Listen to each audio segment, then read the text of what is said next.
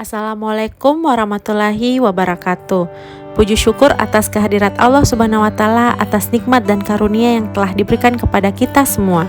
Ucapan terima kasih kepada dosen pengampu Ibu Sri Rahayu SPD MPD selaku dosen mata kuliah Bahasa Indonesia yang telah memberikan saya kesempatan untuk mempresentasikan materi yang berjudul Sejarah Bahasa Indonesia.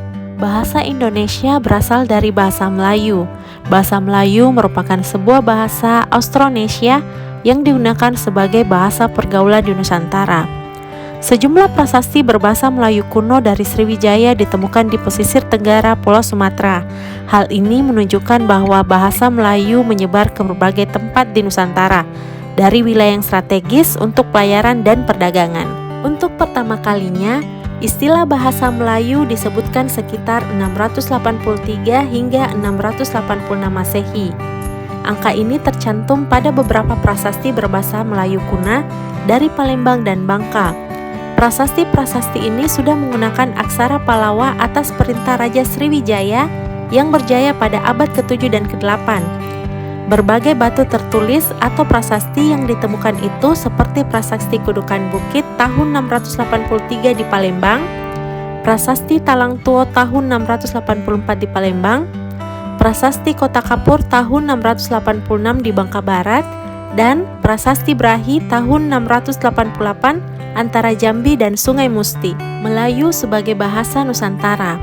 Pada abad ke-15, berkembang bentuk yang dianggap sebagai bahasa Melayu klasik atau klasikal Malay. Bentuk ini dipakai oleh Kesultanan Melaka yang perkembangannya kelak disebut sebagai bahasa Melayu tinggi. Pada abad ke-17 dan ke-19, bahasa orang Melayu atau Melaka dianggap sebagai bahasa paling penting di dunia timur. Luas penggunaan bahasa Melayu ini melahirkan berbagai varian tempatan, lokal, dan temporal. Hingga pada akhir abad ke-19 dapat dikatakan terdapat dua kelompok bahasa Melayu yang dikenal masyarakat Nusantara. Yang pertama, bahasa Melayu Pasar adalah bahasa yang populer dituturkan oleh Hindia Belanda. Bahasa ini bahasa yang tidak baku, sering dipakai dalam kehidupan sehari-hari. Bentuk ini mudah dimengerti, memiliki toleransi kesalahan yang tinggi, serta fleksibel dalam menyerap istilah dari bahasa lain. Yang kedua, bahasa Melayu Tinggi. Pembaikannya hanya digunakan pada kalangan keluarga kerajaan di sekitar Sumatera, Malaya, dan Jawa. Bentuk ini lebih sulit karena penggunaannya sangat halus, tingkat toleransi kesalahan yang rendah, agak sulit dimengerti dibandingkan bahasa Melayu Pasar, serta tidak ekspresif seperti bahasa Melayu Pasar. Selanjutnya, era kolonial Belanda. Pada awal abad ke-20 sudah mulai terlihat perpecahan dalam bentuk baku tulisan bahasa Melayu. Pada 1901, Indonesia sebagai Hindia Belanda mengadopsi ejaan Van Ophuijsen, dan pada 1904, Persekutuan Tanah Melayu di bawah Inggris mengadopsi ejaan Wilkinson. Intervensi pemerintah semakin kuat dengan dibentuknya Komisi Bacaan Rakyat atau KBR pada 1908 yang kemudian menjadi Balai Pustaka. Pada 16 Juni 1927, Tjahja Datuk-Kadjo menggunakan bahasa Indonesia dalam pidatonya. Hal ini untuk pertama kalinya dalam Siding Volksraad, seseorang berpidato menggunakan bahasa Indonesia. Kelahiran bahasa Indonesia.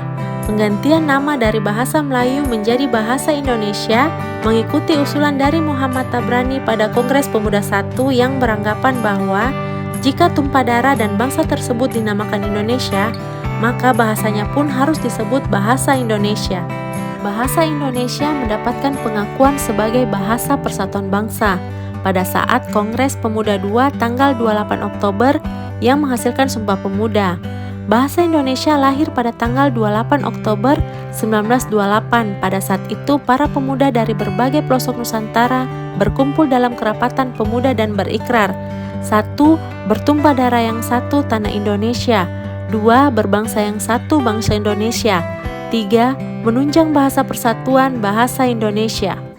Bahasa Indonesia dianggap lahir atau diterima keberadaannya pada Sumpah Pemuda 28 Oktober 1928 yang menyebut sebagai bahasa persatuan.